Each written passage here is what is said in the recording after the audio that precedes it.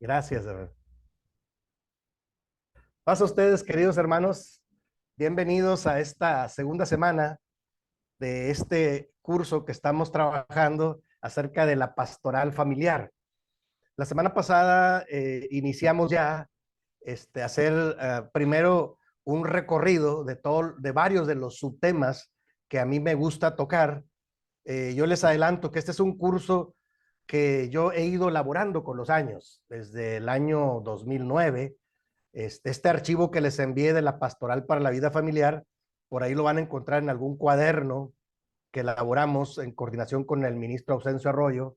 Él y yo era de la Administración Nacional, y yo le pedí que tocáramos el tema porque nadie lo quería tocar, el tema de la familia. Y ya les platiqué la semana pasada cómo hay cierta resistencia, porque no es nada agradable, ¿verdad? Platicar nuestros problemas familiares. Yo lo sé, pero aquí la propuesta del curso no es criticar a nadie ni juzgar a nadie, sino que tenemos, yo siempre les digo cuando toco el tema con algún líder y tiene temor, le digo, hay dos opciones. Una opción es hacer como que nada pasa, disimular y no tocar el tema y seguir. Y los asuntos y los problemas siguen. Esa es una opción, ¿verdad? No meterse ahí. Pero la otra opción, que es la que yo he optado de manera personal y también como líder, es afrontar el tema con seriedad y tratar de capacitarnos y reflexionando en la palabra y con un trato pastoral, trabajar las diferentes áreas de las problemáticas familiares para buscar ayuda de Dios y buscar soluciones. A mí me gusta mucho esta segunda opción, porque la primera, muchos años no ha ayudado a nadie, solo son, decía yo, son fachadas o son imágenes trabajadas, ¿no? Y hay a quien le gusta eso, ¿no? Pero yo les platicaba que tuve la bendición de trabajar en la administración nacional aquí en México muchos años, con muchos líderes, y cuando yo tocaba el tema de la familia me sorprendía que había familias muy conflictuadas, muy emproblemadas, y entendía yo por qué algunos de ellos eran muy rudos, muy rígidos. Y entonces yo estuve insistiendo en tocar el tema, en tocar el tema, en reflexionar para buscar ayuda y buscar crecer en Cristo como familia. Por eso el primer tema que vimos la semana pasada fue que el plan de Dios es bendecir a las familias desde Génesis 1:26, ¿sí? Y creó Dios al hombre y a la mujer a su imagen y semejanza, y los bendijo Dios y les dio el mandato cultural, que fueran mayordomos y administradores de la creación. Perfecto. Génesis 1:26 y 27. Y luego en Génesis 12, el llamado que Dios le hace a Abraham es, resalto yo el versículo donde le dice a Abraham, y serán benditas en ti todas las familias de la tierra. ¡Wow! Eso es una expectativa muy alta. O sea, lo que Dios quiere es bendición para la familia.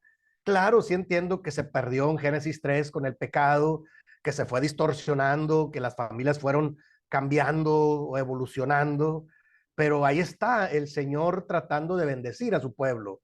Y después, la semana pasada vimos cómo esta promesa que Dios le da a Abraham se cumple pasando por diferentes generaciones, según Mateo capítulo 1, hasta Cristo Jesús.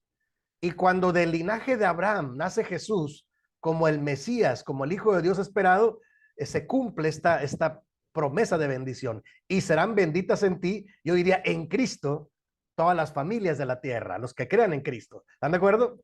Entonces, la semana pasada yo me enfoqué en ello, en tratar de abrir nuestro panorama, nuestra mente y estar dispuestos a trabajar el tema. Yo creo que uno crece cuando uno trabaja un tema. No, la primera opción de ocultarlo y disimularlo no ha ayudado a muchas familias. Creo que a más bien han perdido. Yo soy de la idea de trabajarlo y lo hago desde mi familia, lo particular, ¿no? Por eso ustedes van a ver en mi perfil de Facebook, pues, pueden meterse cualquiera. Yo siempre saco fotos de mi familia, porque es algo que yo he cuidado mucho. Me atrevo a dar este tipo de temas porque yo lo he trabajado muy fuerte desde mi persona, como padre, como esposo, como líder de la iglesia, y Dios me ha bendecido con una familia muy bonita, con mi esposa Olimpia, 3 hijos maravillosos. Uno ya no vive con nosotros, él vive en la ciudad de Cuernavaca, donde está la sede nacional. Él es abogado y es maestro de la Facultad de Leyes, decimos, de Derecho, pero viene cada vacaciones y estamos en contacto muy seguido. Y los otros dos más pequeños, digo pequeños, el pequeño tiene 14 años y el otro tiene 23 y el mayor tiene 26. Pero bueno, he aprendido yo mucho para crecer con la misma familia y sobre todo en la preparación y capacitación. Les dejé de tarea en el trabajo que revisaran el material de la pastoral para la vida familiar, ¿sí? Y espero en Dios que les pedí un reporte de esa lectura. Ese fue el primer tema que yo elaboré en el 2009 para recorrer los distritos y luego fui un poco a Centroamérica. Me servía como guía para tocar los temas importantes. Y ahí ustedes encontraron varios subtemas que en ese momento yo miraba importantes, como, o varios subtítulos, como el impacto de los cambios psicosociales, cómo impactan mucho estos cambios en las familias. Yo viví mis primeros años pastorales en Tijuana, Baja California, frontera con California. Yo tuve la iglesia última, la que está pegada al cerco fronterizo. Ahí estuve muchos años. Bueno, estuve 8 años. Y luego después me nombraron sobrevedor y bueno, ya tuve que salir de ahí y discipular a alguien más. Pero aprendí mucho porque había familias desplazadas que querían ir al sueño americano, Estados Unidos. Y algunas no lo alcanzaban a lograr y se quedaban ahí y llegaban familias rotas, o sea, con unas madres solteras, con hijos que querían mejor vida. Y fue toda una experiencia pastoral para mí muy bonita, en la que yo todavía le tengo cariño a esa iglesia, sigue existiendo ahí, ya creció, gracias a Dios. Fue creciendo, de hecho, desde esos tiempos se mantiene ahí. Por el impacto, los cambios psicosociales son muy fuertes, ¿no? Y luego también otro subtema que hablamos fue la familia en el plan de Dios. O sea, hay que entender, puse ahí un diagrama, ¿no? Cómo está por un lado la promesa de Dios y el otro lado la realidad del pecado, y en el centro pongo una línea para hacer, ¿qué vamos a hacer pastoralmente con la familia? Y vamos a restaurarla, en pocas palabras, ¿no? Vamos a restaurarla. Los que somos líderes y estamos interesados en trabajar con las personas, tenemos que tener muy claro que nuestro objetivo es restaurar a la familia, que un integrante, que dos, que la familia es diferente, bueno, y ahí venían incluso un listado de diferentes tipos de familias. Hoy en día hay más tipos de familias, ¿están de acuerdo? Se van a sorprender los tipos de familias que se van a encontrar. O sea, hoy en día está muy de moda entre los muchachos y también de la iglesia la unión libre. O sea, nos juntamos, vivimos un tiempo y a ver si nos entendemos. Y las familias que se dan cuenta, nos damos cuenta, wow, ¿cómo puede ser posible eso? Pero ahora los muchachos se animan a eso. Y bueno, también tiene sus complejidades, ¿no? Pero las familias han cambiado también. Eso es muy importante para mí reflexionarlo. A veces en las iglesias creemos que las familias son igual que en los años 60. No, la familia ya cambió. El modelo de familia cambió. La sociedad ha cambiado. Y nosotros tenemos la palabra de Dios como guía, más como fundamento, y eso nos sirve para tener cimientos y orientar a las familias. ¿Están de acuerdo? Entonces, uno de los subtemas también que venía ahí es el sentido de la pareja. Por ahí empieza la familia. Si la pareja no se une y no está de acuerdo, va a ser muy difícil llevar una buena familia. Si la pareja tiene problemas, la familia tiene problemas, aunque no lo alcancen a ver. Entonces empieza por trabajar el tema del matrimonio, con la pareja, ¿sí? Por ahí empieza todo. Y pongo ahí incluso yo algunas recomendaciones, ¿verdad? Me atrevo a hacer algunas recomendaciones para tocarlo. Yo lo he tocado con las parejas. Cuando me toca orientar a las parejas que se van a casar, me gusta mucho trabajar esas recomendaciones.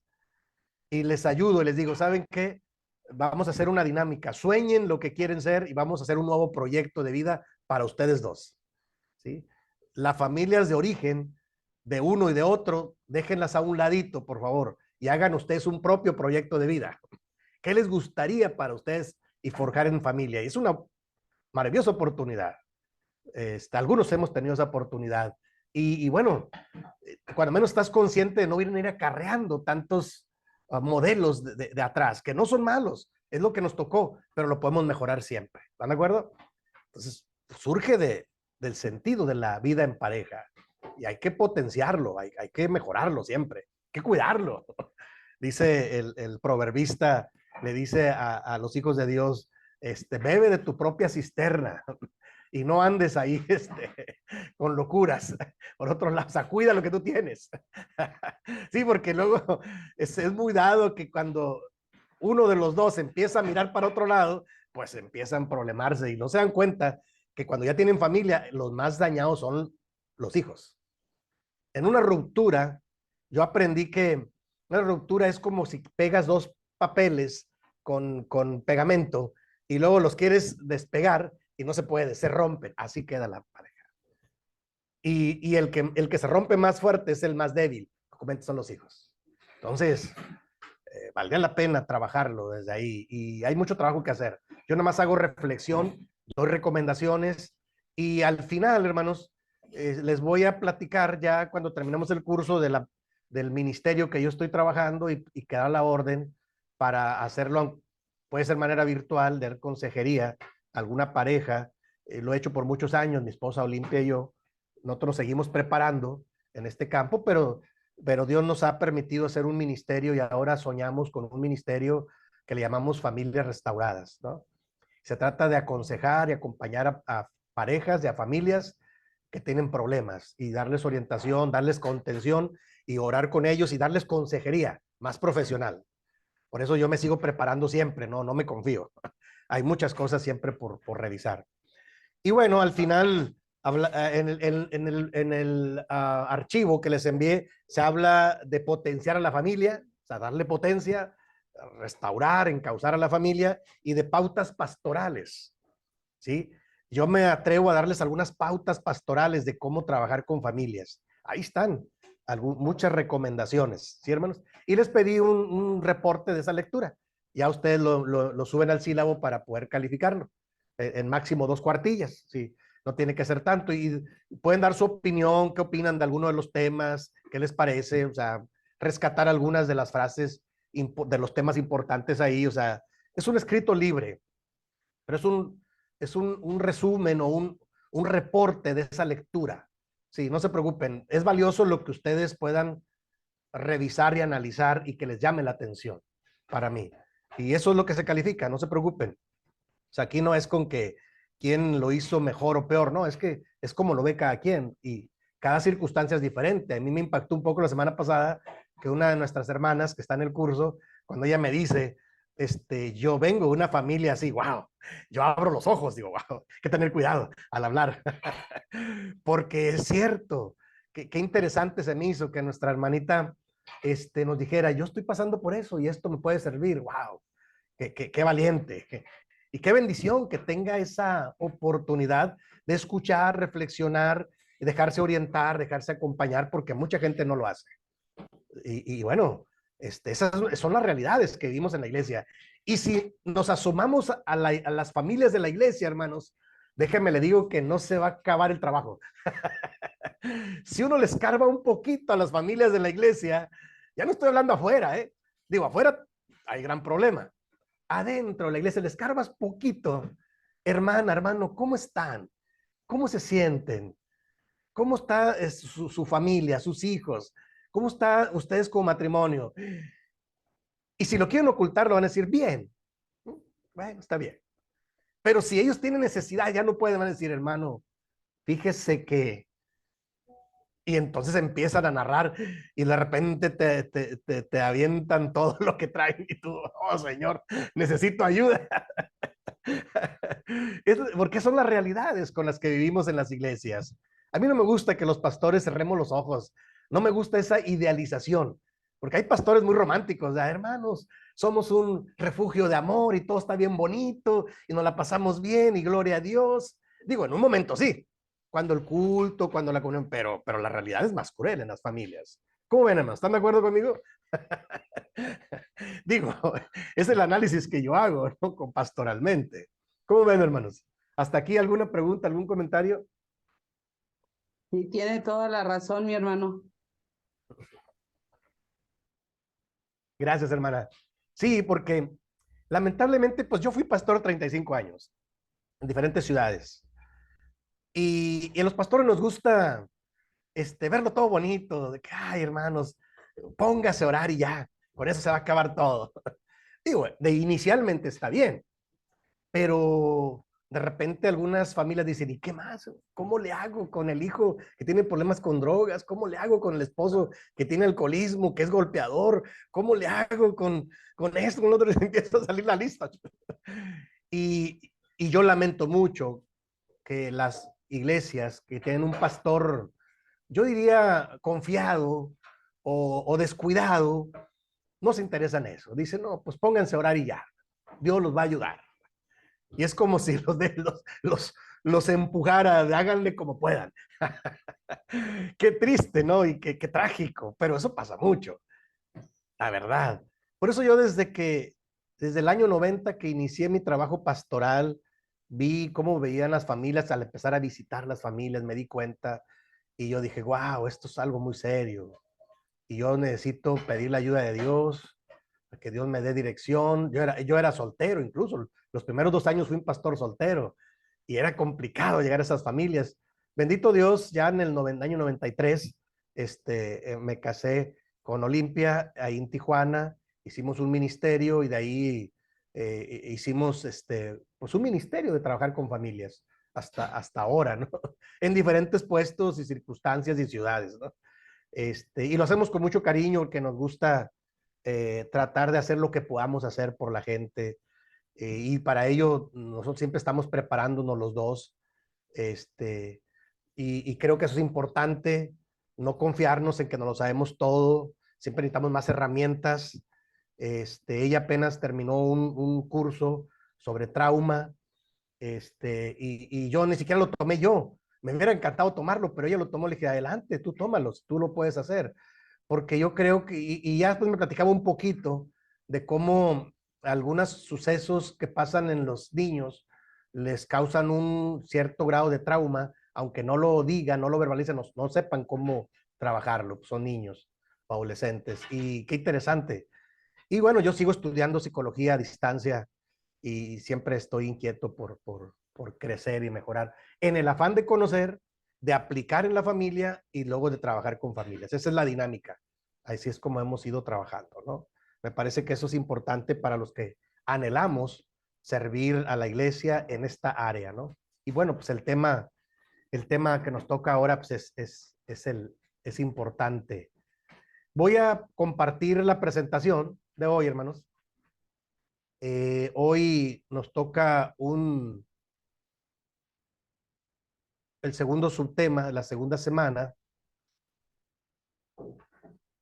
para seguir trabajando con esto. No se preocupen, ahorita podemos seguir platicando.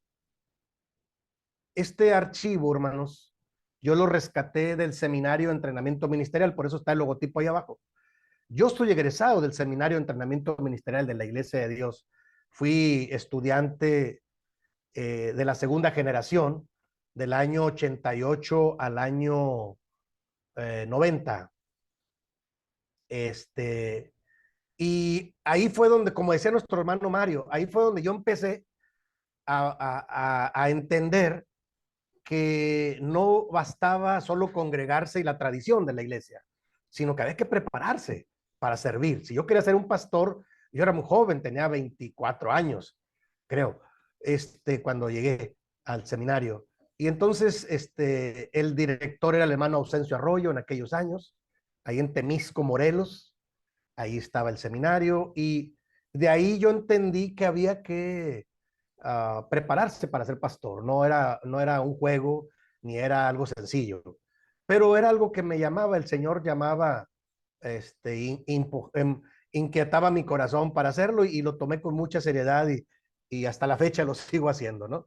Este, entonces, este archivo, en algún momento lo trabajaron ellos, yo lo rescaté de ahí, porque me gustó para el tema.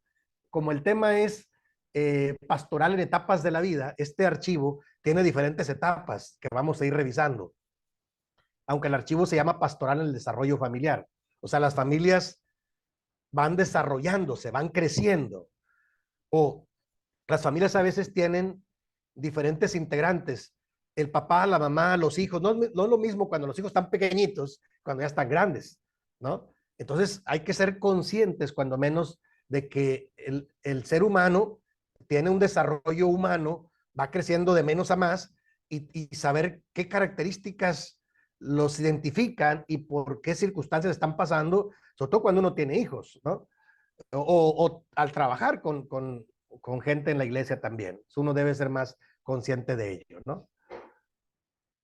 Voy a ir avanzando y este archivo, hermanos, lo vamos a justificar con el Salmo 23, que ustedes lo conocen ahora, porque estamos hablando de un acompañamiento pastoral.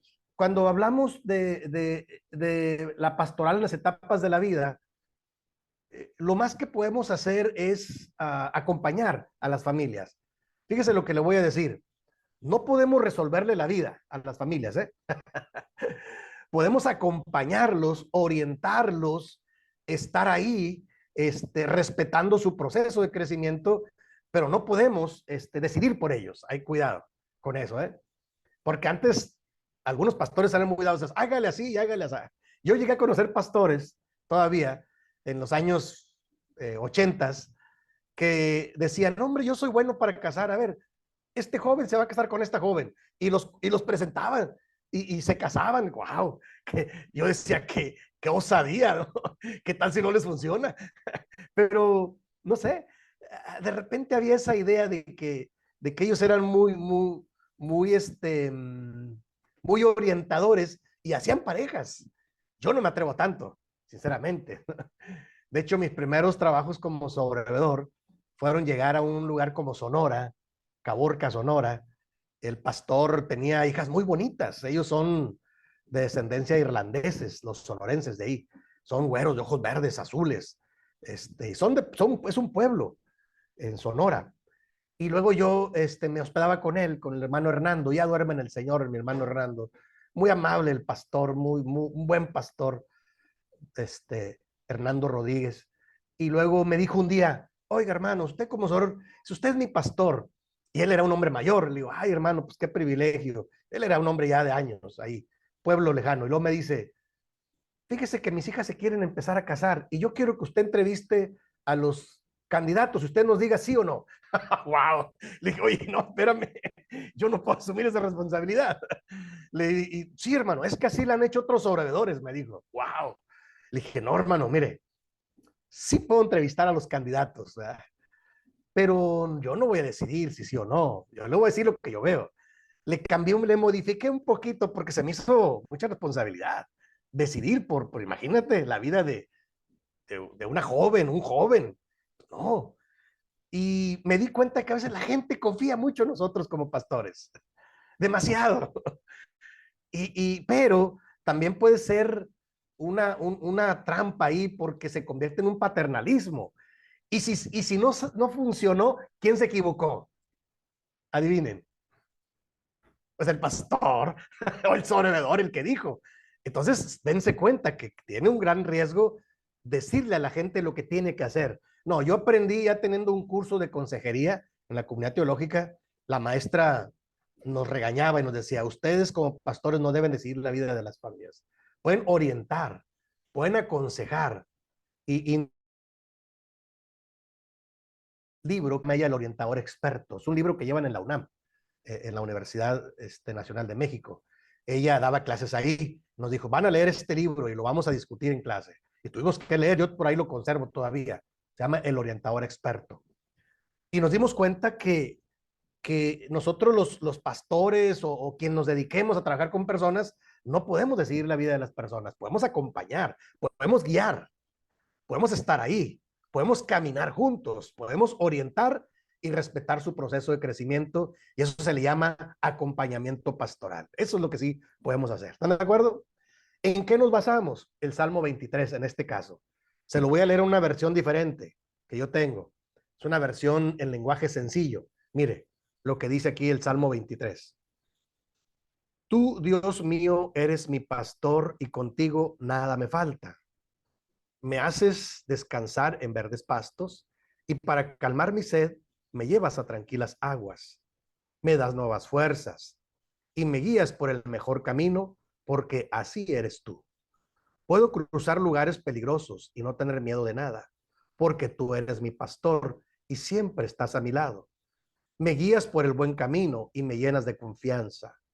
Aunque se enojen mis enemigos, tú me ofreces un banquete y me llenas de felicidad, me das un trato especial. Estoy completamente seguro de que tu bondad y tu amor me acompañarán mientras yo viva y de que para siempre viviré donde tú vives. Amén. Lenguaje sencillo. Es una versión diferente. Ahí me gusta. Tengo una colección de diferentes versiones. Esa es mi pasión, coleccionar diferentes versiones de la Biblia, porque me sirven para ampliar el concepto y profundizar un poco más en la palabra. Entonces, resaltamos del Salmo 23 estas características del Señor en nuestra vida. El Señor es mi pastor, Jehová, y nada me faltará. Me guía, está ahí conmigo, camina junto a mí, me orienta, me da un trato especial, dice esta versión. Pero lo que hace ahí es acompañarme en el proceso de crecimiento. Hay quienes, algunos teólogos dicen que ese es el salmo de la oveja confiada. ¿Por qué? Porque el Señor es nuestro pastor. Aún aún de nosotros como los pastores o los líderes. Eso sería importante entenderlo. O sea, lo que hacemos no lo hacemos por sí mismos, sino que lo hacemos acompañados y movidos por el Señor. ¿De acuerdo? Y bueno, algunas enseñanzas es para acompañar pastoralmente a los diferentes grupos de la iglesia es necesario conocerlos, los diferentes grupos. Por ejemplo, los niños viven distinto a los jóvenes, los adolescentes experimentan distintas vivencias a los ancianos, etcétera, ¿no? Eh, la vida del ser humano se desenvuelve a través de varias etapas, ¿sí? Es el desarrollo humano. Cada una de ellas tiene características propias y especiales, ¿de acuerdo? Entonces, de hecho, el trabajo para la siguiente semana va a ser un trabajo de investigación. No se preocupen ahorita, el jueves se los voy a precisar para que tengan tiempo de desarrollarlo. Es investigar las teorías del desarrollo humano de Erik Erikson, de Jean Piaget y de Bandura, cuando menos, de ellos tres, ¿no? ¿Cuáles son sus teorías sobre el desarrollo humano? Varían un poquito, pero son complementarias, diría yo, porque el desarrollo humano incluso ha cambiado, hermanos, déjenme les digo. Vamos a entrar entonces en este archivo donde vamos a analizar y a revisar algunas de las características propias especiales de las diferentes etapas de la vida, y eso incide en las familias también. Y el próximo jueves les voy a presentar también un archivo donde en la misma familia tiene diferentes etapas también la familia. Así como los seres humanos tenemos diferentes etapas, la familia también tiene diferentes etapas, ¿sí? Y eso sería importante entenderlo para no forzar las cosas, sino saber caminar en este desarrollo. Y bueno, estas imágenes pues lo ilustran perfectamente, ¿no? Ahí están, son imágenes muy ilustrativas. Dice un dicho acá en México que una imagen dice más que 1000 palabras, ¿no? Y bueno, ahí está este desarrollo y aquí está otro.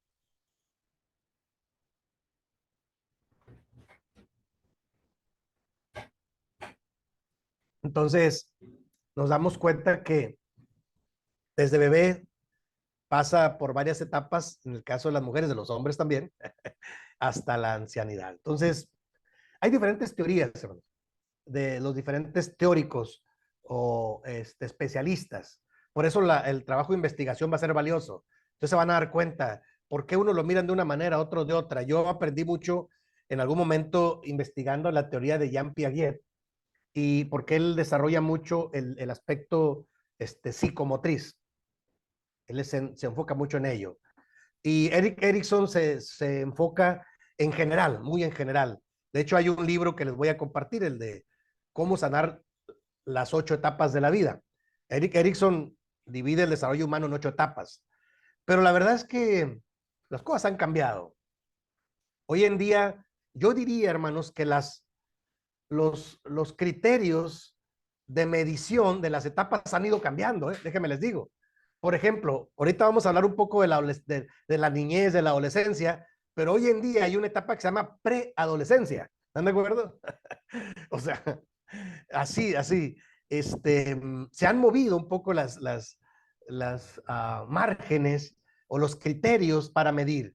Y bueno, la iglesia también ha batallado un poco, ha tenido que hacer algunos ajustes, porque, por ejemplo, los niños ahora desarrollan muy rápido, hermanos, porque hay mucha información circulando.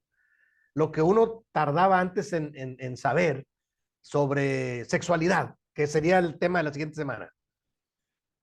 Y uno esperaba pacientemente a ver quién le decía, le enseñaba a uno, le decía algo. Hoy en día, hermanos, por los libros de texto de las escuelas ya están bien explícitos. Uno nunca miraba eso a esa edad.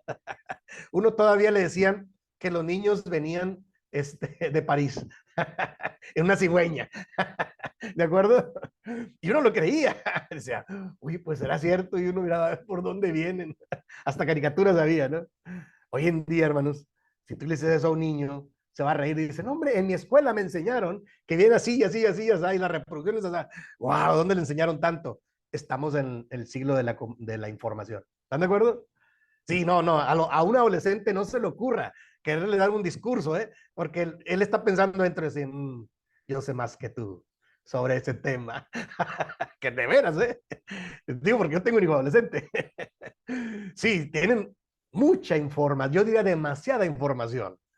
Y entonces, cosa que nosotros no tuvimos, al menos mi generación iba un poco más lento. Por eso digo que los márgenes del desarrollo humano han ido cambiando. Y vale la pena entenderlo, porque luego yo me encuentro, por ejemplo, ahora acá en la iglesia, hay una pareja de hermanos que quieren trabajar con adolescentes y jóvenes, pero los jóvenes, como uno de mis hijos, que es el del medio, que tiene 23 años, va para 24 años, él es del grupo Alabanza y todavía trabaja, estudia, y la hermana, cuando los quiso pasar a un especial al frente y los mezcló con los adolescentes y ella, levanta las manos, y él dice, no, yo ya no estoy para eso. O sea, él ya se siente un adulto, él. Pero la hermana está pensando que son jóvenes de la iglesia y que son como niños o adolescentes. No, hombre. Él dice, pues, ¿qué pasó? Yo soy un adulto ya. Y la hermana no se da cuenta de eso. Ella los quiere tratar, dice, y le pregunté por qué, dijo, si es que la hermana nos quiere tratar como niños. Ya no somos niños. Wow. Fíjese cómo a veces en la iglesia nos equivocamos un poco. Que queremos tratar a las familias y a los hermanos como si nunca crecieran, hermanos. Los hijos crecen, los miembros crecen. Y bueno, viene ahí una enseñanza, como Jesús en su momento fue un niño también, tuvo padres, tuvo un hogar, tuvo un templo en los cuales fue instruido en todo lo necesario para crecer, en estatura, en sabiduría, en gracia para con Dios y para con los hombres. Eso lo dice el Evangelio. O sea, el desarrollo humano de Jesús en su tiempo también lo vieron los vecinos de ahí. Entonces, eso es maravilloso, ¿no? O sea, tuvo su desarrollo. Y Marcos 10:13, la enseñanza dice ahí, los niños del relato bíblico y los actuales son víctimas de la ignorancia o negligencia respecto a su valor, importancia, posición en la familia, en la iglesia y en el reino de Dios. O sea, a veces los niños son menospreciados. No, esos son niños, déjenlos ahí. De hecho, ahora están cambiando las cosas. Ahora los derechos de los niños son prioritarios. Yo supongo que también allá en Argentina. Acá en México ahora hay una Procuraduría del Menor y los niños tienen derechos importantes que se han resaltado. ¿Por qué? Porque todavía hace años los niños eran muy menospreciados, muy marginados. No, no le hagas caso, es un niño. Y había un cierto menosprecio. Y aquí nosotros nos damos, los hermanos, lo que nos ayudan es que a través del estudio bíblico, es que efectivamente, en los tiempos de Jesús también cuando Jesús dice, dejen a los niños venir a mí, porque ellos es el reino de los cielos, dice que los discípulos los reprendían, háganse un lado, muchachos, esto es asunto de adultos. y Jesús los reprende y dice, dejen a los niños venir a mí, porque de ellos es el reino de los cielos. O sea, ellos estaban pensando que estaban molestando al maestro, y eso sucede, llega a suceder. De hecho, una de las críticas más fuertes que yo he escuchado como pastor de la iglesia es que alguien me dijo, oiga, fíjense lo que le voy a decir. Yo no sé si a ustedes les pase, supongo que también un poco. Alguien llegó una vez y me dijo, oiga, yo lo que veo es que ustedes en el templo lo adornan, lo ponen bien bonito, los adultos buscan tener un aire, clima, todo, bancas y que, y los niños, ¿cómo están? Wow. Y, y me di cuenta que era verdad. En el salón de los niños era donde menos se le invertía. Hasta que alguien con iniciativa y con interés, pues se encauzó de que vamos a ponerle a los niños mejores condiciones. Y claro, sí y hay que darle libertad y lo hicieron muy bien. Algunas iglesias tienen mucho más cuidado. O suele pasar de que los adultos, ya cuando tenemos hijos, nos interesamos más en el lugar donde están. Mientras no tenemos hijos, no nos damos cuenta, ¿verdad? Decimos, bueno, pues ahí nos están atendiendo, ahí en la bodega, ahí en el jardín. Pero una de las críticas fuertes que yo escuché es, ¿y por qué no nos interesamos primero en los niños? Si son la iglesia del mañana. ¿Por qué no nos ponemos las mejores condiciones, el mejor salón? Wow, si queremos que desarrollen y que aprendan y crezcan. Wow, una crítica muy interesante que me hicieron. Yo aprendí mucho de ello. Sí, a veces hay que saber escuchar, hermanos. Hay que saber escuchar, sí. No, no todo lo que la gente dice es malo. Hay que saber escuchar. Yo he sido un pastor abierto y no responder rápido, sino, ok, déjeme lo pienso. Porque a veces tienen razón, como en este caso, el tema de la atención a los niños.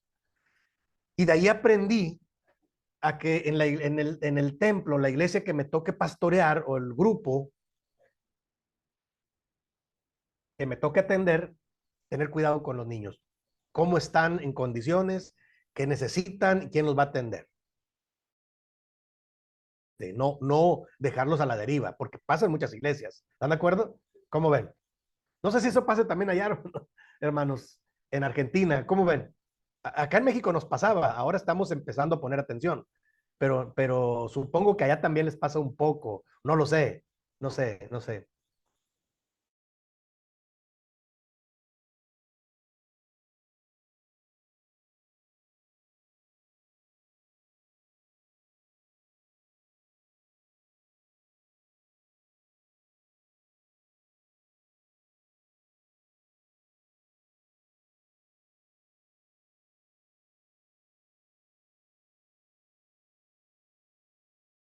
Cuando vamos a ver las características, bueno, antes es otra reflexión importante.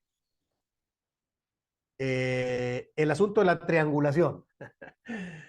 Dice, los padres de familia han delegado lo indelegable y esperan que en inercia o por sí solos la iglesia se encargue del crecimiento espiritual de sus hijos. Y la iglesia, por su parte, supone que los buenos hábitos se aprenden en casa y se ha dedicado a entretener a los niños y niñas mientras pastorea a los mayores. Y se da esta triangulación. O sea, todo el mundo estamos esperando que cada quien se haga cargo. Y las dos son realidades, o sea, son realidades las dos, pero es esta triangulación en el sentido de que dice ahí, ¿qué será necesario hacer? Hacerles sentir que son realmente importantes como a los niños, estamos hablando de los niños, saludarlos, preguntarles cómo están, qué les gusta, qué disfrutan, cómo se sienten, a qué le temen, mirarlos con atención y orientarlos. Y viene el Deuteronomio 6, del 4 al 7, que es parte del Shema. ¿Sí? Y le repetirás a tus hijos y a los hijos de tus hijos, estando en el camino, al acostarte y al levantarte. ¿Sí? O sea, dice un amigo mío, cuando yo les hablo de las cosas de Dios a mis hijos, aunque ya se las haya dicho, es por saturación, dice él. Porque dice él que él entendió que en este pasaje de Deuteronomio y el pueblo de Israel lo hacía por saturación. O sea, se las repetirás hasta el cansancio. Una y otra vez para que no se les olvide, aunque suene repetitivo. Y él dice por saturación, por repetición. Bueno, puede ser, aunque ahorita vienen otros elementos, ¿no? Voy a ir avanzando porque el archivo es un poco largo. Si nos alcanza el tiempo, no se preocupen, lo vamos a tener ahí y luego lo vamos a retomar el próximo jueves. Pero porque el archivo es largo, es un solo archivo que habla de las diferentes etapas. Apenas vamos en la infancia. ¿Qué quiero decir? que hay que tener mucho cuidado con los niños.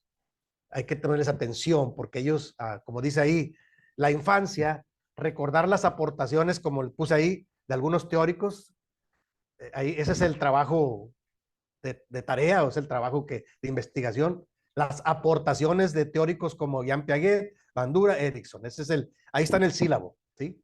Eso queda ahí, sobre el desarrollo humano. Voy a avanzar un poquito.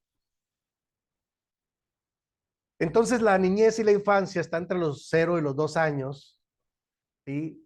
Es donde se aprende a hablar y a caminar, es cuando están muy bebecitos. Hay una oportunidad maravillosa de forjarlos, de orientarlos, de acompañarlos. Y entre los 2 y los 7 añitos, ya aprenden las normas sociales, aprenden a interactuar, aunque algunos teóricos dicen que son egocéntricos por naturaleza, ¿no? O sea, tiene el niño tiene esta característica. Son características muy especiales que uno tiene que aprender a orientar y a encauzar, hermanos. Es todo un dilema. Hay uno de los temas que vamos a ver más adelante el subtítulo se llama, es de los últimos subtítulos que vamos a ver en este curso, se llama Crianza de los hijos, errores y aciertos.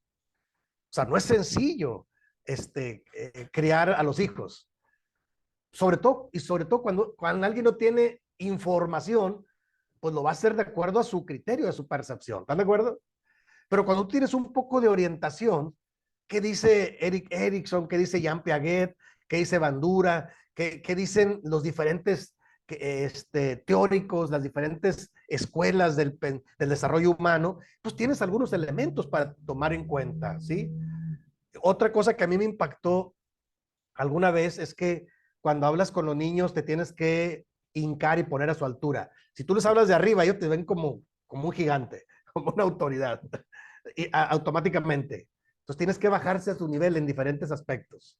Sí, y bueno, ya les he platicado yo que en la iglesia, y entre los 7, en la iglesia yo aprendí a desarrollarme dando clase a los niños, ¿no? Creo que ya les he platicado esa anécdota. Alguna vez le dije al pastor en turno, le dije, hermano, yo también quiero predicar. Y yo miraba el púlpito, ¿sí? Era una iglesia grande aquí en Monterrey, en la Colonia Independencia. Siempre ha sido una iglesia grande, uno de los templos principales. Y yo le decía que yo quería servir porque yo miraba el púlpito, yo quería predicar. Y me dijo, ¿de veras quieres servir? Sí. Y me dice, venga. Y me llevó al salón de atrás de los niños. Estaba la maestra de niños. Dijo, hermana, el hermano le va a ayudar a darle clase a los niños. Y ahí me tuvo como 2 años dando clase a los niños cada sábado. Yo dije, oh, Señor. Y yo decía dentro de mí, qué mala onda el hermano. Yo esperaba que me subiera al púlpito y él me mandó a dar clase a los niños. Pero les digo una cosa, hermanos. Aquí la enseñanza es que yo aprendí realmente a desenvolverme con los niños, porque era un joven, pues imagínense, iba llegando a la iglesia, yo tenía 19 años, 18, 19 años, muy nuevo, sin conocer incluso el texto bíblico, apenas empezaba yo, era recién bautizado, y yo le agradecí al hermano Kelly, el hermano Luis Felipe Corona, que hiciera eso. Y si me hubiera dado el púlpito, quizás me hubiera ensorbecido más rápido. Luego eso pasa. O sea, él me mandó a dar clases a los niños y yo aprendí a preparar una clasecita, a ser ameno, a cuidar los tiempos, a tener interacción con ellos. Ahí aprendí a desenvolverme realmente. Por eso ahora cuando yo trabajo con sobrevedores, porque me tocó trabajar, o con pastores, les digo, hermanos, quieren forjar obreros que sean de bendición, que den clase, que compartan con la iglesia, mándenlos a dar clase con los niños primero. Así me pasó a mí. Sí, porque luego a veces algunos apenas van desarrollando y los subes al púlpito y la verdad es que están durmiendo a la gente. Y yo digo, pues hay que capacitarlos, pero hay que exponerlos a experiencias. Y yo de ahí aprendí un principio, de menos a más. Así es como los niños, de menos a más. Sí, sí, no le des todo, porque a lo mejor no lo sabe utilizar. Y bueno, el desarrollo humano nos enseña eso. Entre los 7 y los 11 años inicia la vida escolar, empieza a ver desarrollar habilidades básicas, leer, escribir, calcular, etcétera. Es cuando yo digo que son unas esponjas, son unas esponjitas los niños. Parece que no, pero todo se les queda, es increíble. Yo apenas ahora en la cena hay una niñita que en la cual, con una familia que tenemos amistad, mi esposa y yo, y siempre viene conmigo. Yo ya sé que debo llevar un dulce, un chicle o algo. Siempre viene y me saluda y me abraza, porque sabe que yo fui pastor en esa iglesia y yo tengo amistad con la familia. Está bien chiquitita, debe tener unos, no sé, unos 3 años, yo creo, 4 años máximo. Y siempre viene y me dice, ¿tienes un chicle? Siempre me dice. Y yo le digo, sí, y ya se lo y se va bien contenta. Pero ten cuidado, lo tiras allá, sí, claro. Y a veces viene, mira, lo quiero tirar, mira, ahí está el bote, o dámelo, yo lo tiro. Y para ella es como yo soy su proveedor de dulces o chicles. Siempre viene al final del culto. ¿Tienes un chicle? Viene, me abraza primero y luego me saluda y luego me dice, ¿tienes un chicle? ¿Tienes un dulce? No sé por qué. Sé que su papá no va a la iglesia, nada más va su mamá y con sus otras hermanitas. Y seguramente ella ya me está mirando así como que si yo fuera el proveedor y luego con mucho gusto. Entonces ya sé que siempre debo llevar mi dulce para Gaby, porque ella espera eso de mí. Y ellos lo ven diferente. Ella decir, pues él es un adulto y ha sido pastor, debe tener todas las cosas. Y bueno, situaciones en las que los niños requieren acompañamiento pastoral. Aquí vamos a la parte fuerte, la parte trágica. Hermanos, una pregunta. ¿Ustedes creen, ustedes creen que los niños necesiten acompañamiento pastoral? Yo creo que sí. Porque uno no sabe lo que los niños viven en su casa, ¿eh? Yo me he encontrado con casos muy trágicos, casos trágicos.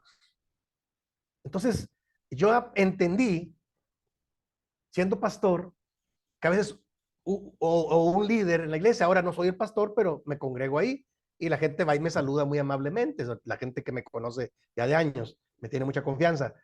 Pero a veces uno es una figura de autoridad cuando no tiene un padre cercano. Tú eres un líder, y es un rol asignado. Te des cuenta o no, los más pequeños te van a ver como una figura de seguridad. No sé si lo has pensado por ese lado, porque tú no sabes qué situación esté pasando ese niño.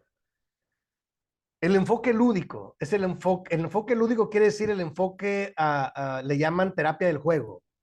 El aprendizaje de manera creativa. Acción, diversión, reto, creatividad, emoción y enfoque. Es el aprendizaje experiencial. O sea, los niños no van a aprender con que tú les des una clase así como a los adultos. Aprenden diferente. Por eso la tarea de la investigación, para que se den cuenta cómo los teóricos proponen diferentes cosas. El enfoque lúdico habla de que los niños aprenden de diferente manera. Y si es un aprendizaje experiencial que incluya una acción, un reto y una parte de diversión, algunos le llaman terapia del juego. No se trata de jugar, todo agarrarlo al juego, no. Se trata de hacerlo creativo, se trata de hacerlo llamativo para que el niño tenga un mensaje. Creatividad, emoción y enfoque, enfocar en una enseñanza.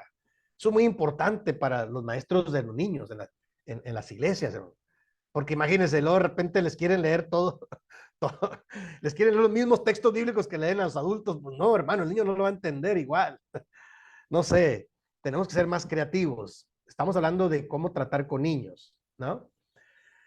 Este enfoque lúdico facilita el aprendizaje, tiene un efecto relajante, es divertido, fija el conocimiento y tiene objetivos predeterminados, ¿de acuerdo? Sí, yo creo que hoy en día las iglesias ya hemos ido creciendo y aprendiendo, a menos que alguna iglesia no se atreva. Por ejemplo, sí me he encontrado, ahorita lo que platicábamos con el hermano Mario, la hermana Esme, antes de iniciar esta sesión, platicábamos de cómo las iglesias a veces se guían por la tradición y la costumbre. Y algunos hermanos son muy conservadores y no permiten cosas nuevas. Pero en cuestión de los niños y el aprendizaje, sí creo que tenemos que revisar y cuidar que sea un enfoque más lúdico, ¿sí? que sea un aprendizaje más, ah, más cuidado, más profesional, diría yo, porque de otra manera corremos el riesgo de solo estarnos aburriendo. Entonces, el enfoque lúdico utiliza recursos como cuentacuentos, o sea, una narración bíblica también se puede hacer. Yo lo he acostumbrado a hacer, como en lugar de contarle cuentos, pues hay narraciones bíblicas, hay que tenerlas muy claras de dónde comienza, dónde termina, no leerles toda la Biblia, ni todo el capítulo. Unos versículos, una enseñanza, sobre todo lo que yo hice hoy, si dieron cuenta, usar una versión más moderna, yo usé el Nuevo Testamento en lenguaje sencillo, por eso lo sonó un poquito diferente. Cambia, porque a veces uno ya se sabe el Salmo 23 y ya lo tienes mentalizado. El Señor es mi pastor y nada me faltará, pero esta versión que yo tengo dice, tú, Dios mío, eres mi pastor y contigo nada me falta. O sea, es la misma enseñanza, pero con palabras diferentes. Es un lenguaje sencillo. Creo que a veces podemos hacer eso con los niños, usar una versión diferente. No, a veces queremos darle la enseñanza con la versión 1909 de Reina Valera, porque esa es la oficial. Hermanos, ellos no van a entender, si los adultos batallamos con entender algunas palabras técnicas.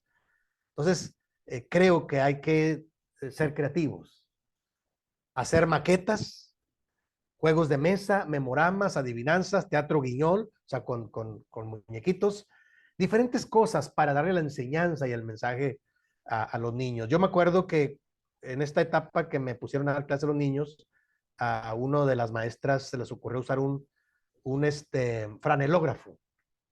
Entonces íbamos pegando figuras y contando la historia, y eso me gustó, porque le ponía mucha atención.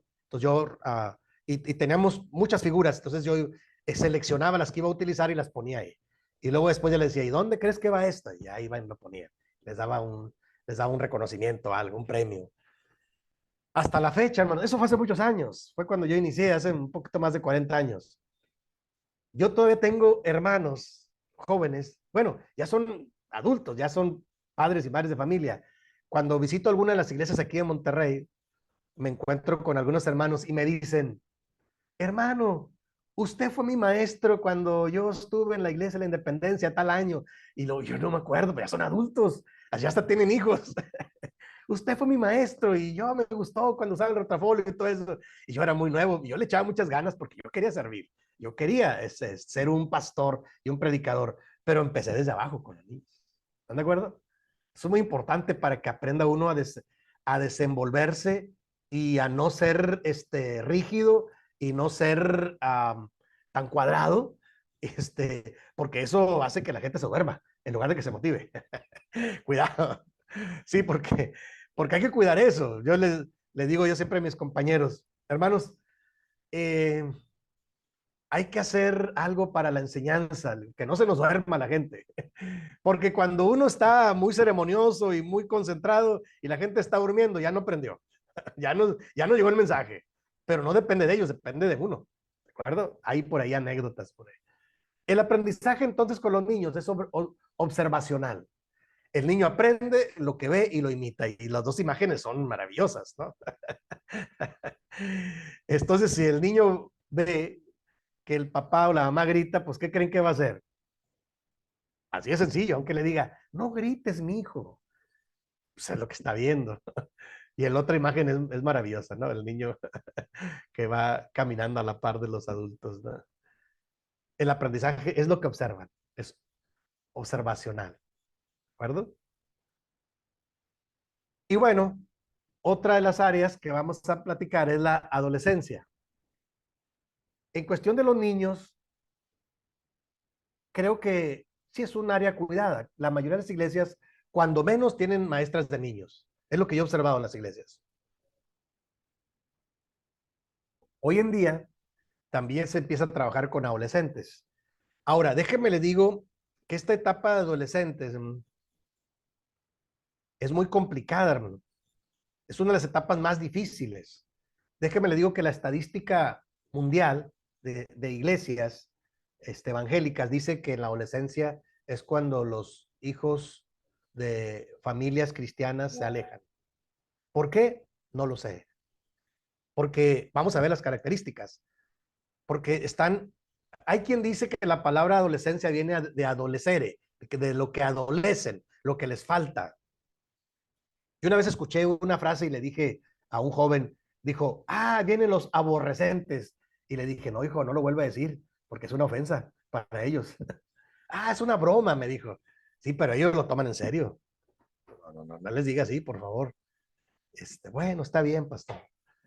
O sea, a veces nos hace fácil decir cosas, pero ellos están en una etapa muy sensible. Y vienen, yo creo que el archivo tiene mucha más información de esta etapa que de cualquier otra. ¿Cuáles son algunas de las características? Inestabilidad emocional por los cambios físicos, ideológicos, psicológicos, etcétera. O sea, hay una inestabilidad. Dicen que no hay etapa más inestable que la adolescencia. Hay cambios en todos los sentidos. Inciso B, la dependencia económica. No se imaginan cómo es, piensan si tuviera dinero. Son características de ellos, dependen económicamente del adulto. Y cuando el adulto dice, no tengo, no doy, pues, se sienten frustrados. Inciso C, poco conocimiento de sí mismos y baja autoestima. Eso es muy común. A menos que se haya hecho un trabajo excelente en la infancia. Pero la mayoría de los adolescentes tienden a sentirse como, por esos cambios que existen, tienden a sentirse como inferiores, ¿sí? Y hay que trabajar mucho con los hijos. Yo lo digo por experiencia, ¿no? Tengo una anécdota con uno de mis hijos, el mayor, que llegaba a la casa con la cabeza agachada de la escuela. Ya estaba agachado. ¿Qué pasó, mijo? Le decía yo, ¿qué pasó? ¿Qué te pasó? Nada, es que me dijeron gordo, y me dijeron cerdo, y me dijeron de ahí para arriba. Mejor les digo. Porque los niños son muy crueles en las escuelas a veces. Entonces yo me encargaba de decirle, no, hijo, no es cierto. Usted es un niño, sí, gordito, simpático, y ellos tienen envidia, y usted ánimo, y mire, tratando de levantar la autoestima, siempre tenía que hacer ese trabajo. Y claro, como familia, mi esposa y yo hacerlo, porque decimos nosotros, el mundo se encarga de darles para abajo. Cuidado. Y es muy común en esa etapa. Inciso D, ha dejado de ser un niño dependiente y no ha llegado aún a ser un adulto independiente. Está en esa transición. Son características que los hacen diferentes. Inciso E, tiende hacia la etapa final de este periodo con mayor organización, estabilidad y madurez. F, se da el descubrimiento del yo y del desarrollo de la independencia y la autonomía. Por eso generalmente contradice a los padres. O sea, él también quiere tener su autoridad, ¿no? Y finalmente, inciso G, un adolescente recién empieza a visualizar sus metas y objetivos. Apenas empieza como a organizar sus ideas, a ver qué es lo que sí quiere y qué es lo que no quiere. Pero es una etapa difícil, hermanos. Por eso es que la estadística lo dice, en esa etapa, hermanos, hay mucha deserción. La adolescencia, entonces, conoceremos algunos cambios que experimentan los chicos y las chicas adolescentes en su cuerpo, en su forma de pensar, en su personalidad y en su relación con los amigos, ¿sí? Ahorita lo vamos a clarificar. Dice, vamos a ver cómo influyen estos cambios en su manera de comportarse y en las relaciones con la familia, que es el tema que estamos viendo en general. ¿Por qué es que en esa etapa tienen problemas con la familia? Porque hay muchos cambios. ¿Cuáles? Estos que están arriba. Cambios en su cuerpo, en su forma de pensar, en su personalidad y en sus relaciones con sus amigos y amigas. Y es obvio que influye en el comportamiento, ¿de acuerdo? Sí, ahí nosotros somos los que tenemos que estar, los adultos tenemos que estar muy observadores. Entonces, la adolescencia y las ideas más comunes son que es un periodo de turbulencia, estrés y dificultad, que es un periodo de mucha conflictividad familiar y social. O sea, cuidado, hasta hay bromas y chistes, hay que tener cuidado con ello. Y luego salen algunas noticias como estas, asesinan a una compañera de clase para ser famosos, típico en Estados Unidos, y ya no nomás en Estados Unidos. Aquí donde yo vivo, en México, en Monterrey, apenas el año pasado, años atrás, empezó a darse ese tipo de fenómenos también, tristes, que son muy comunes en Estados Unidos. Pero como somos frontera también con Texas, el estado de Texas, hay muchas familias que de aquí de Monterrey viven del lado de Estados Unidos y vienen o tienen familiares, y yo digo que hay un contagio, ¿no? Y entonces este tipo de panoramas también se ven acá, ahora, sobre todo en colegios de paga, o sea, colegios donde los niños tienen un nivel económico alto, fíjense, interesante.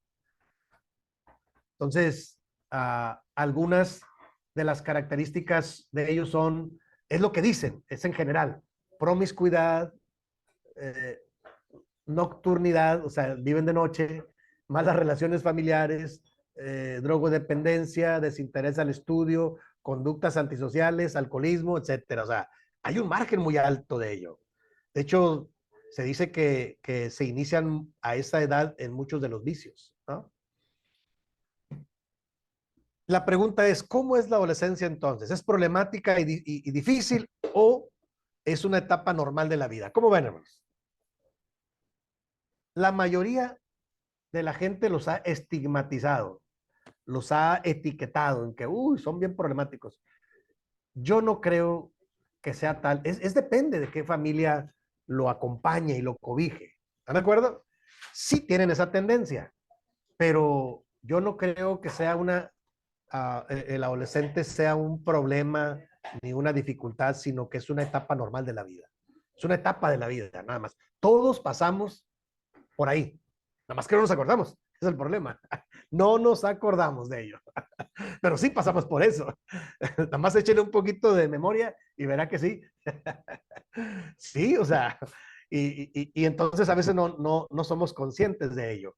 Pero hay que tener cuidado nosotros, hermanos, como líderes cristianos, para no etiquetar y no menospreciar y entonces y estar nosotros en esa misma sintonía que la mayoría están, de que es qué problema y qué difícil. Sí, tiene su dificultad, pero tendríamos que aprender a verlo como una bendición, como alguien que uno puede orientar y desarrollar, no verlo como un problema, verlo como una oportunidad. Dice, no es necesariamente conflictiva, ¿sí? La adolescencia en la realidad, sino hay posibilidades en tres áreas. Conflictos con la familia, estado emocional cambiante y conductas de riesgos, o sea, se arriesgan cada vez más, ¿no? Es un periodo de importantes cambios físicos, forma de pensar, emocionales y sociales, ¿sí? Esa es su realidad, nada más. Pero depende, insisto, de qué familia se esté desarrollando. Imagínense, si se está desarrollando en una familia conflictiva, lo único que va a ser proyectar lo que está viviendo dentro de una familia. Esa es la realidad, ¿eh? O sea, vamos, voy a poner un ejemplo muy sencillo. Si lo que él ve es que en secreto, dentro de las puertas de la casa, hay problemas, hay gritos, hay crítica, ¿sabe qué va a hacer afuera? Va a hacer lo mismo, va a hacer lo mismo. Claro que sí, es un acto de proyección. Está proyectando lo que ve dentro, cuidado, ¿eh? O sea, cuidado con que digan, es bien problemático y resulta que es de mi familia. O sea, atiéndalo, oriéntelo. O sea, conscientes de esto que viene ahí, cambios durante la adolescencia, cambios físicos del cuerpo infantil a un cuerpo adulto, cambios en el pensamiento, aparecen nuevas formas de pensar, ¿sí? Y es válido, hay que darles oportunidad a expresar lo que piensan. Sería una bendición si llegamos a escuchar o que nos dejen la confianza, pero no siempre es así, pero hay que trabajarlo. Cambios en la personalidad, o sea, es un descenso de la autoestima y búsqueda de identidad. Yo he leído que en psicología, hermanos, este problema de la baja autoestima, saben que hay un juego ahí muy interesante. Comúnmente dicen los psicólogos, detrás de un complejo de superioridad hay un complejo de inferioridad. O sea, cuando alguien se siente que es superior a todos, es que en el fondo se siente inferior, por eso está luchando por destacar y por ser alguien. Entonces, son cambios en la personalidad. Está buscando la identidad. Hay que tener cuidado ahí. Y los cambios sociales se distancian de los padres, se acercan más a los amigos y a las amigas, o sea, su círculo son más hacia los amigos. Digo, puede haber excepciones, ¿no? Aquí estamos hablando en términos generales, ¿de acuerdo? Entonces, los cambios físicos, eh, estamos hablando que es importante el momento o la edad en la que ocurren los cambios, y ahí viene una imagen muy interesante en el caso de las mujeres. A veces los chicos y las chicas tienen dificultades para aceptar su nuevo cuerpo, porque ya cambió, ya creció. Y también algo muy importante, hermanos, es que las hormonas influyen en los cambios de humor, en que están más irritables y en el aumento del deseo de conocer sobre la sexualidad. O sea, hay inquietud, pero es hormonal muchas veces. Hay que tener cuidado. Por eso yo digo que se necesita siempre ayuda de estos tipos de temas. La próxima semana vamos a hablar, yo no voy a ahondar más, pero la próxima semana sí vamos a hablar de la el tema de sexualidad y familia. ¿Sí? Eso es la próxima semana. O sea, sí vale la pena dedicarle un subtítulo a este tema, lo que llamamos antes educación sobre sexualidad. Y tengo algunas propuestas ahí que se pueden hacer. O sea, porque hoy en día son temas que no podemos evadir. ¿Están de acuerdo? Si no lo tocamos con seriedad y con profesionalidad y con pastoral, con trato pastoral, ¿sabes dónde lo van a aprender? Afuera. Con el amigo, con la amiga, en la escuela, en el barrio, no sé. Y comúnmente lo van a distorsionar. Por eso se dan distorsiones tan tristes. Entonces, pero son cambios que se están dando de manera natural. Cambios en el pensamiento.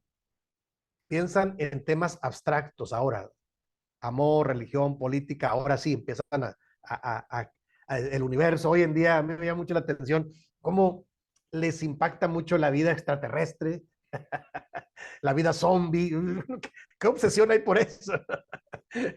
Y yo bromeo, y les digo, pues eso no existe. Sí, sí existe, y mira, hay evidencia, y los reptilianos y todo eso, porque leen muchas cosas, tienen mucha información. Y bueno, yo lo único que hago es tratar de orientar. Ok, ok. Uno de los grandes temas ahora es, ¿hay vida fuera de la Tierra? No, pues que sí, que leí un documental y que dijeron esto y que leí acá y que vi este youtuber.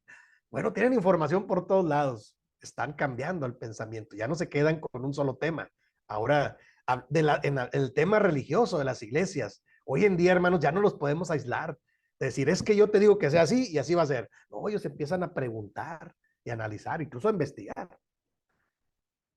Se vuelven más inseguros, más idealistas, más rebeldes, y los y las adolescentes piensan que solo en lo que existe, sino en lo que podría existir, y lo posible o lo hipotético. O sea, ellos ya tienen esa posibilidad de soñar y de visualizar qué tal si pasa esto o aquello.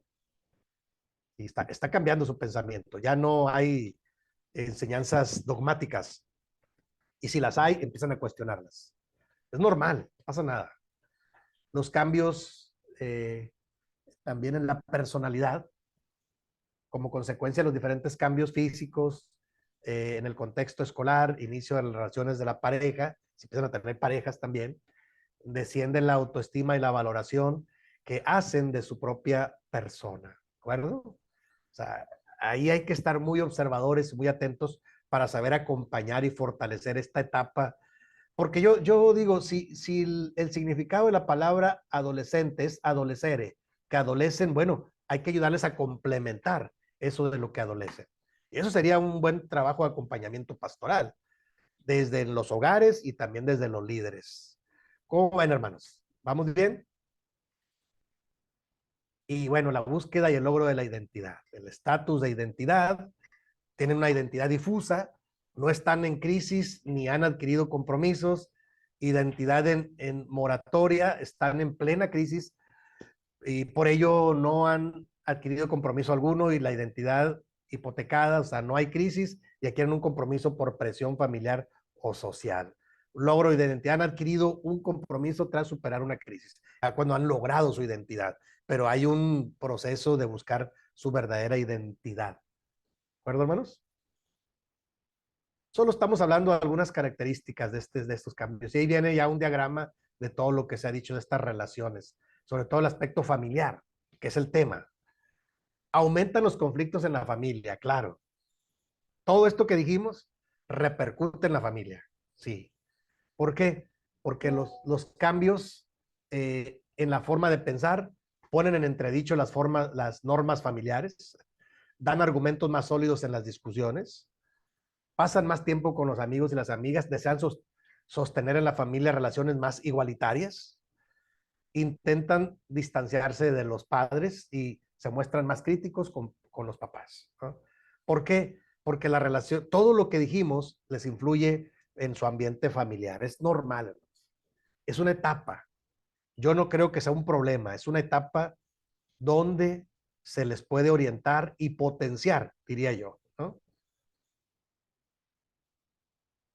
Y bueno, el cambio en las relaciones, ¿no? Con los amigos. Pasan más tiempo con los amigos, sus relaciones de amistad tienen una gran importancia. Si ven, se muestran conformistas en un grupo de amigos, ahí todo lo disfrutan, lo que los demás les dicen, no tiene que ser siempre negativo. O sea, el círculo de amistad es y de relaciones de amigos y amigas es muy importante. Y finalmente, en esta etapa, dice una fe heredada. Los adolescentes requieren un encuentro con Jesús. Es necesario un proceso de evangelización. ¿De acuerdo, hermanos? Hay lugares donde, bueno, la propuesta es la interacción. Entender esta etapa, aplicar la Biblia, explicar la Biblia aplicada a lo que se debe, permitirles y motivarlo a interactuar, darle más movimiento, evitar exponerlos, ¿no? Tiene que haber más interacciones, más acercamiento y dinámica de grupos, ¿sí? O sea, en lugar de alejarse, tiene que estar más cercano. ¿Para qué? Para que en esta dinámica de grupo se favorezca la confianza y la comunicación en el grupo, para fomentar más convivencia, desarrollar las habilidades. Yo diría delegarles más compromisos, fomentar la investigación y comunicación entre ellos, la expresión oral, corporal, crítica y la colaboración. Eso es muy importante, involucrarlos en lo que tú quieres que hagan, ¿sí? Y bueno, ahí termina esta etapa. Antes de entrar a los jóvenes, ¿cómo ven, hermanos? ¿Cómo les va a ustedes en casa? ¿Alguien tiene algún comentario? ¿O en la iglesia? ¿Cómo está su grupo de adolescentes? Si es que no tienen en casa. Sí, hermana, adelante, hermana. A mí me pareció muy interesante esto que decía, hermano, sobre los adolescentes, porque realmente casi siempre se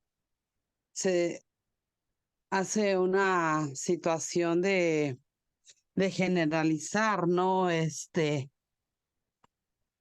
el comportamiento de ellos es problemático cuando están en esta etapa. Sin embargo, en la experiencia propia de mi hogar, hermano, a mí me toca, pues experimentar con la hija mayor. Sí, sí me tocó vivir mis etapas de rebeldía de ella, ¿no? Y problemas. Pero analizando a fondo, pues ni yo era la misma mamá que le tocó a ella, que la que le tocó a mi hijo el menor, porque mi hijo el menor, siendo varón, a Dios gracias, no me ha dado ningún problema. Y ambos tienen una comorbilidad, un problema de salud que es de nacimiento. Ellos son DH y por genética es heredable, yo soy la portadora de, y unida con la sangre de mi esposo, bueno, pues pobrecitos de mis hijos, traen otro, pero yo decía, normalmente hubiese sido que el varón me hubiera dado más problemas que la mujercita. Sin embargo, sí, fue lo contrario. Sí, mi amor. Entonces, aquí el problema, yo creo, es que ni yo en esos tiempos era la que soy ahora, porque en ese tiempo era yo una mamá aprensiva, que quería una hija perfecta, que abusaba incluso en quererla no nada más corregir, sino a veces hasta maltratar, en el afán de que mi hija fuera la mejor de la familia, de la escuela. y caí en muchos errores, hermano, que yo misma orillé a mi hija a hacer lo que es. Y que ahora que Dios ha transformado mi vida y que yo tengo a mi varón, pues ya no es lo mismo, hermano. De hecho, ya no se usan ni siquiera las disciplinas que yo usaba en mis otros tiempos. Yo a las hijas les llegué a pegar, hermanos, o sea, vergonzosamente lo digo, y porque así aprendí, así me enseñaron, ¿no? Que a los hijos se les corrige a golpes cuando no entienden. Entonces, pues esa escuela yo traía, pues yo repetí el mismo patrón. Y sin Ujú. embargo, con Ezequiel ya no fue lo mismo. Ahora ellas, como hijas, me lo recriminan, ¿no? Ay, ¿por qué él no le has pegado? ¿Por qué no? Pero ya no es lo mismo porque he aprendido que a veces con amor, con paciencia, con tolerancia, con prudencia, cosas, virtudes, hermano, que yo jamás tuve, Ujú. y que Dios a través de todo este camino me ha enseñado. Y ya fue como yo pues mejoré, digo yo, como mamá. Ok, ok, sí, gracias, hermana. Sí, qué bueno, hermana, yo creo que es válido que uno se pueda equivocar cuando uno ignora las cosas. Aquí lo único que yo recomendaría es que a veces uno tiene que, cuando los hijos lo ven, hay que pedirle disculpas, discúlpenme, yo no me daba cuenta, ¿no? A todos nos ha pasado, ¿eh? A todos nos ha pasado. Yo tengo ahí un par de anécdotas muy interesantes con mis hijos pequeños. Todavía batallo un poco con eso, porque uno nomás está pensando en uno, pero era muy común, de llegar a la casa y llegar preocupado por todos los problemas que traes de la iglesia. Y yo ya era un pastor, era un sobrevedor, y era del consejo de administración y todo esto. Pero llegaba a la casa y llegaba muy serio. Y uno de mis hijos me decía, oye papá, ¿por qué estás enojado? Digo, no, no estoy enojado. Y viene y me dice, es que tienes cara de enojado. No, no estoy enojado, pero ya me estoy enojando. Y él un día me dijo, papá, es que nosotros no te hemos hecho nada para que estés enojado con nosotros. Y hermanos, hubo un momento en que a mí me pegó muy fuerte eso que me dijo. Y ya un día le dije, hijo, yo lo que menos quiero es estar enojado contigo. Yo no, no es eso, es que tengo muchos problemas, tengo esto y lo otro y lo otro. Y aprendí, hermanos, a intentar cuando menos dejar este tipo de problemáticas afuera y tratar de relajarme un poco en casa. Es un poco difícil, porque uno comúnmente trae, es lo que uno trae, lo trae, y no hay lugar más relajado para aflorar quién eres que en la casa. ¿Están de acuerdo? Uno en la casa es como es. Por eso es que es interesante los hijos chiquitos, adolescentes, es lo que ven. Por eso hay que ser un poco cuidadosos. Ahora, nuestra hermana Esme, qué bueno que con valentía nos da su testimonio, parte de su testimonio, y tiene razón. Todos nos hemos equivocado en algún momento. Vale la pena, en algún momento decir, ¿sabes qué, hijo? Sí me equivoqué, no me di cuenta o no sabía esto, o lo he trabajado con ayuda de Dios y Dios me ha ayudado. Y lo mejor de todo es demostrárselos, ¿no? Demostrárselos. Pero son experiencias humanas, son experiencias de la vida y las etapas son diferentes, ¿no? Ahorita apenas vamos, si se dan cuenta, el tiempo ya nos ganó un poco, no pasa nada, no se preocupen. Nosotros, el archivo, yo se los voy a enviar ahorita al final y lo vamos a retomar el próximo jueves para terminarlo, porque estamos hablando en esta segunda sesión, este segundo subtítulo de la pastoral en etapas de la vida, ¿sí? Y vale la pena irlo viendo así con detenimiento para ir ilustrándolo y para ir revisando qué cosas podemos echar mano, qué cosas tenemos que evitar y qué cosas podemos mejorar. De eso se trata, ¿no? Y bueno, si ustedes revisan el sílabo, recuerden que el trabajo para esta segunda semana va a ser un trabajo de investigación. ¿Cuáles son las teorías sobre desarrollo humano de Eric Erikson, de Jean Piaget y de Bandura? Mínimo, de esos tres, ¿no? Ya si ustedes les bulle la inquietud y investigan de algún otro, pues sería interesante. De Freud, por ejemplo, ¿no? Pero con esos tres es suficiente para hacer su reporte de investigación. Lo que yo quiero que vean, yo elegí uno diferente, porque son diferentes. Y cuando uno ve diferentes, oye, pues entonces, ¿quién se equivocó? No, no es que se equivoquen, es que son complementarios, es lo que ellos alcanzan a ver y a proponer. Y en el caso de Eric Erickson, pues es el más antiguo, es de los más conocidos, más bien. Esta 8 etapas de la vida de Eric Erickson fueron tomadas incluso en las escuelas mucho tiempo. Sí, acá en México, cuando menos. Fue muy famosa esa teoría. Como digo, actualmente me parece que está superada, ¿no? Porque hoy en día hasta hay una etapa prenatal, o sea, antes de que nazcan, y esa antes no se miraba, porque ahora hay muchos más adelantos tecnológicos. Y hay una etapa preadolescente también. O sea, se han ido modificando y complementando. Y eso es importante, porque habla del desarrollo, del conocimiento que uno va teniendo del ser humano. ¿Para qué nos sirve a nosotros? Para saber entender a la familia y a las familias que uno va a acompañar y que va a aconsejar y que va a contener, porque así es, uno trabaja con familias en la iglesia y si a uno le sirve en su propio hogar, pues qué bueno, qué bendición, pero si en el hogar las cosas están bien, bendito Dios, pero vas a la iglesia, como yo decía un poco en broma, si te asomas un poco a la vida de las familias de la iglesia y preguntas, no vas a acabar del trabajo. Te vas a dar cuenta que cada familia tiene su propio proceso de crecimiento. Y por eso es que yo me atrevo en el archivo anterior, el del trabajo el de la pastoral para la vida familiar, al final pongo algunas que yo le llamo algunas pautas pastorales. ¿Sí? No quiere decir que sean solo para el pastor, no, son para los creyentes, por eso hablo de la pastoral de los creyentes, o sea, nosotros como líderes, como creyentes, aunque no tengamos un título, un puesto en este momento, pero podemos hacer algo por las familias, claro, porque las familias tienen mucha necesidad.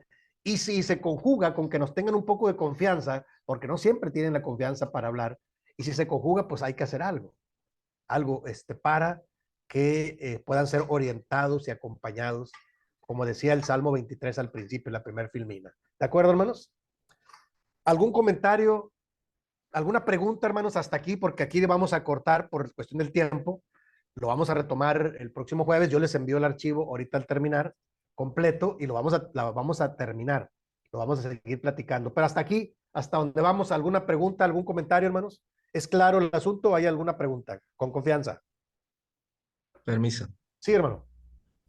Sí, por ahí eh, me pareció muy interesante esta clase, más por el lado de lo que aprendimos de los adolescentes, ¿no?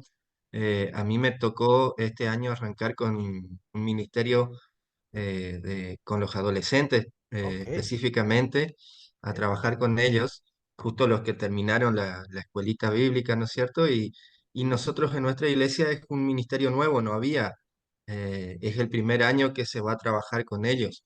Y por ahí el trabajo va a ser más, un poco también de enseñanza, pero más como pastoral, al llegarse a ellos y que ellos tengan esa confianza de si tienen algún problema acercarse y contarme, ¿no? Entonces, por ahí me saqué mucho de lo que hoy vimos en la clase, porque por ahí también yo cuando era joven me pasó lo que usted nos decía de alejarme de la iglesia en ese momento. Eh, yo incluso llegué a bautizarme y como que después de mi bautismo sentí que la iglesia como que me dejó un poco de lado y me fui alejando de a poco y terminé yéndome de la iglesia hasta que después, bueno, volví. Pero siempre tenía en mi cabeza ese anhelo de trabajar con los adolescentes, los jóvenes, para que no le pase lo que me pasó a mí en su momento, ¿no? Y ahora justo surgió esta oportunidad y bueno, me entusiasmó mucho, ¿no es cierto?, arrancar, pero también me está costando en un sentido de que no tengo por ahí material en sí como para arrancar a trabajar con ellos, para tener una guía. Entonces, para mí también estar con ellos es una fase de aprendizaje. Yo tengo mis chicos que son muy chicos todavía, 9 y 6 años, no llegaron a eso.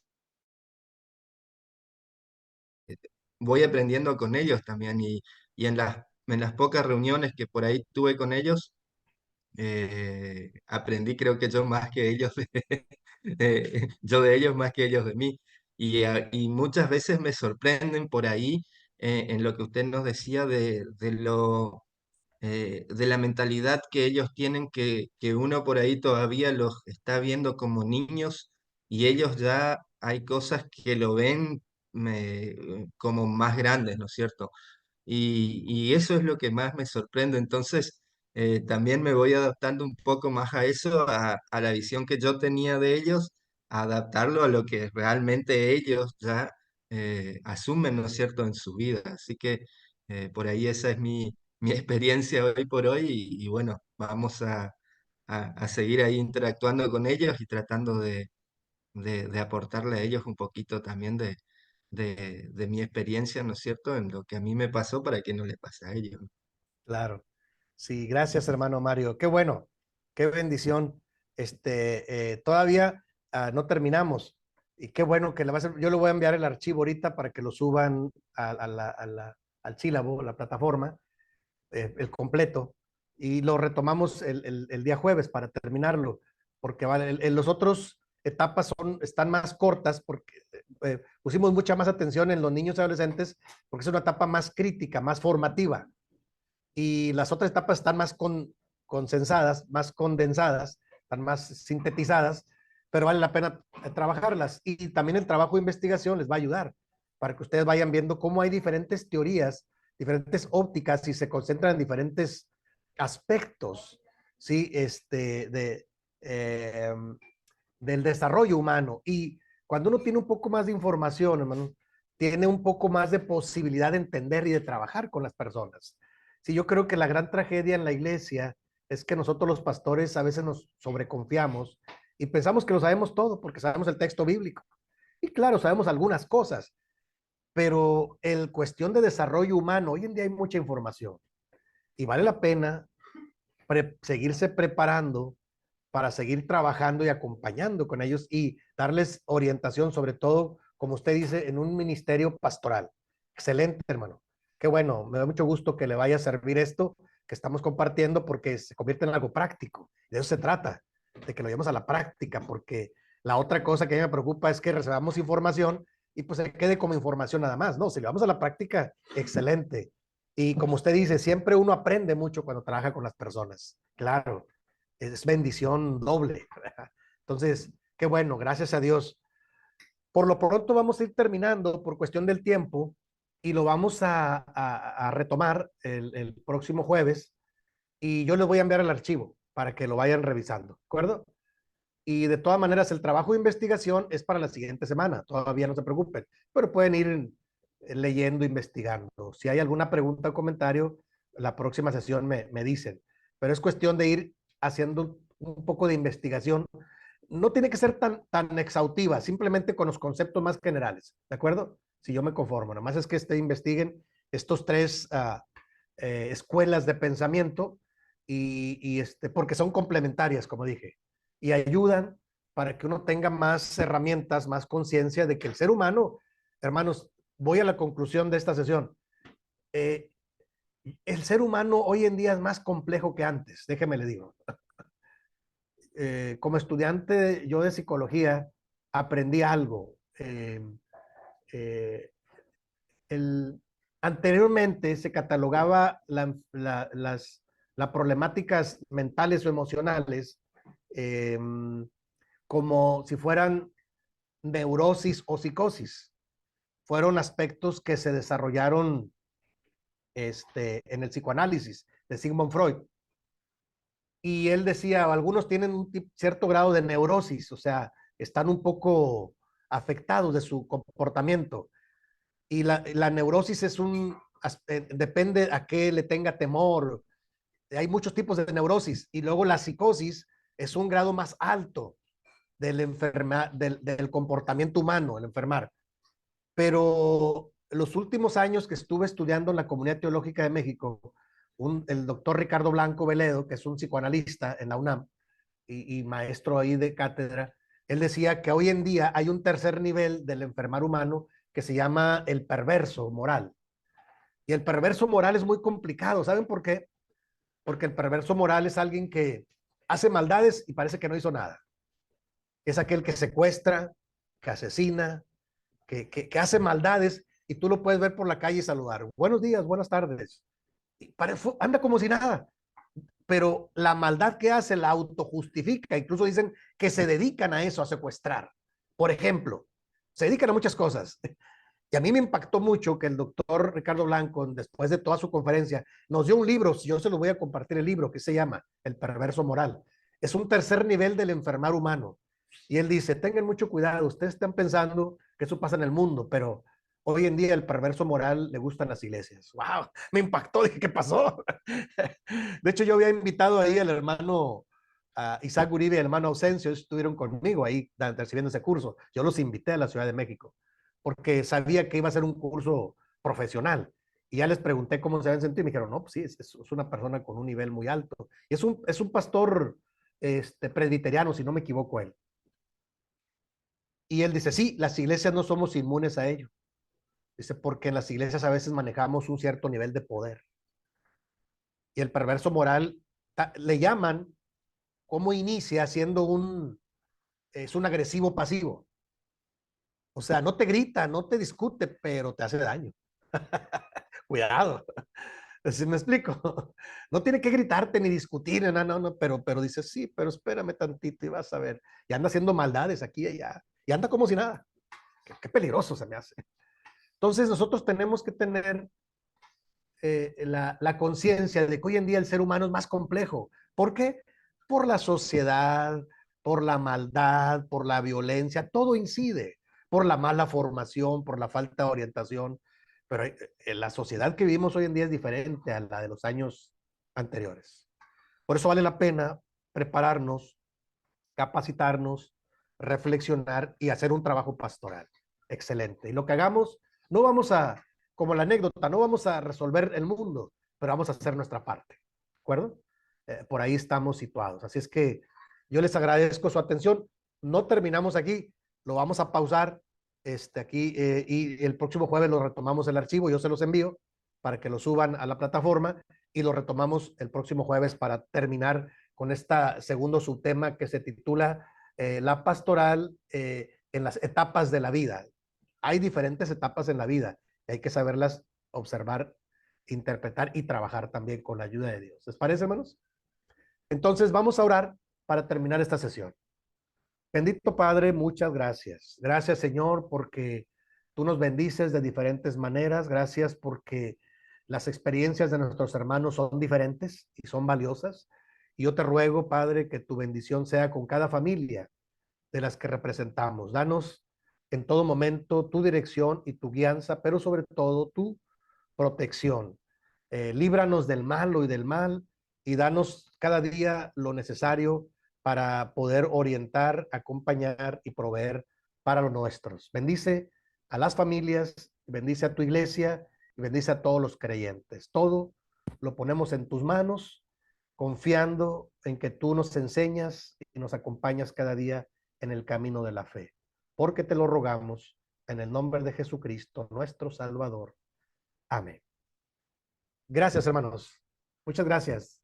Dios los bendiga. Nos vemos el próximo jueves con ayuda de Dios. Pasa a ustedes.